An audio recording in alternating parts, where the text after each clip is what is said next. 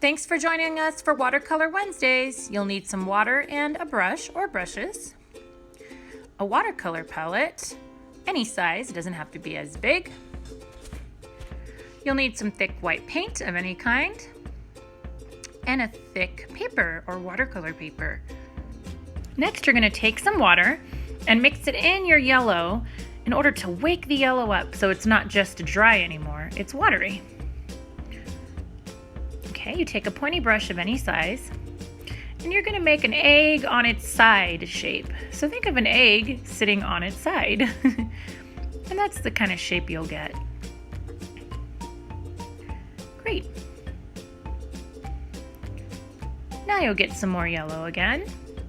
And this time, you're going to make like an egg standing straight up. And notice I go little by little, like I'm sketching it out. That's kind of a lopsided egg, so I go back and I just work around that. And it's sort of like an egg standing straight up. And I just color that in. And you barely need any paint. Just a little bit. It should cover the whole section. Great!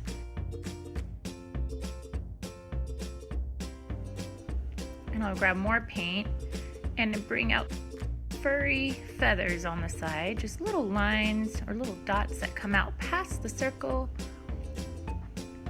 You can see that they're pointing in different directions. Next, I'm going to do the same to the top or the head.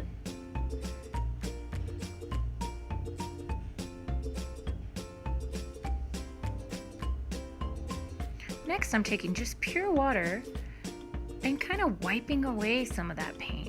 That gives it more of a dreamy look where we can see the white underneath. That's optional, and it's just a technique I like to use that I enjoy sharing with people.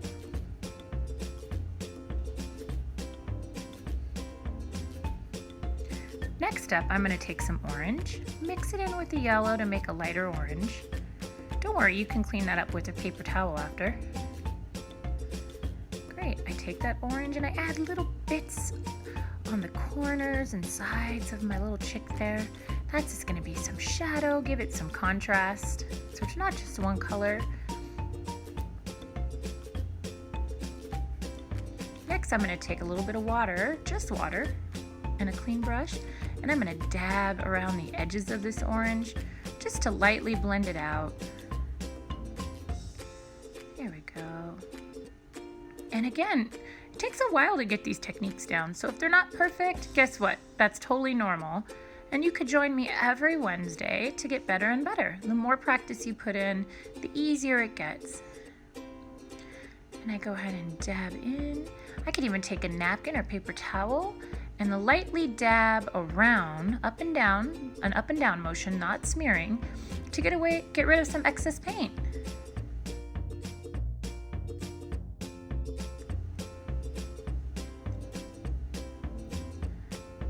Next, I grab some pure orange and my pointy brush that I feel comfortable with, and I'm going to do a sideways triangle, which will be his beak.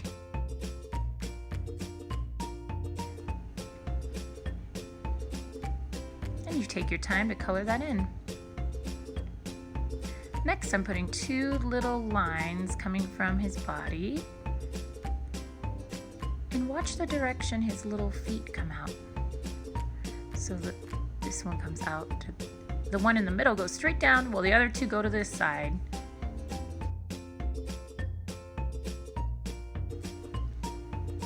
When I'm doing details like this, more paint and less water is a good idea. Here I added a little bit of yellow to add some contrast to the color. And now I'm going to add even a little bit of brown to add a shadow. That brown's a little light, so I'm going to go for something even darker. Great, and you'll see it just helps it not be one color. Next, I'm going to grab some yellow again. And remember, you could pause this as much as you'd like, okay? Take your time. Once I grab my little brush, I grab a smaller brush if I have it, I put little yellow lines all around, especially over the top of my feet, because there would be little feathers there, right under the chin there, or under the head. I take that pointy brush, little skinny brush, if I have it, and I'm gonna take some black with just a little water, so it's an inky texture and not a drippy texture. And I'm gonna go for the eye. Now you could go for just a little circle, but I'm going for a different shape that looks like a sunflower seed turned on the side. So that's skinny at each side and bigger in the middle, kind of like a diamond, a rounded diamond, or a seed. And I'm taking my time getting the shape of the eye the way I'd like it, just like you can. You could also let your watercolor dry and go in with a pen or a marker.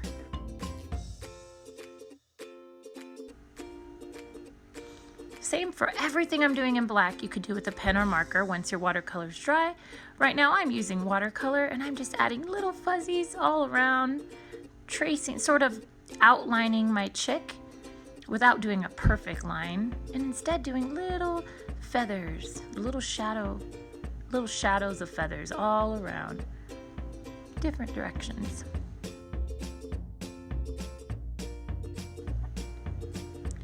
Now I'm even going to come into the body, kind of think about where his little wing might be on either side, and then little fluffies in between where his belly and chest is, and on the sides of the wings, and even on his little face.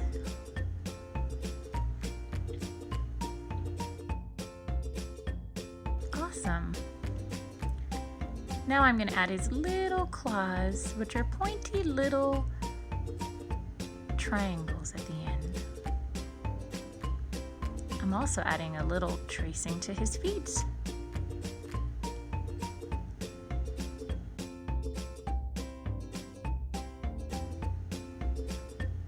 Next, I'm going to go in and lightly take my time, barely pushing down, trace that beak. And I'll go in with my little skinny brush and do a little squiggle line for his nose and a smiley face for his mouth. Again, you can do this with a very thin pen. Now here comes the thick white paint, and I'm going to dip in that. Take my time. See how I'm leaning back on my pinky and holding my wrist? I'm going to do a tiny little dot or two for the shine. Now I can repeat that at the top of the beak as well. Great. I know you did a great job. Thank you so much for creating with me.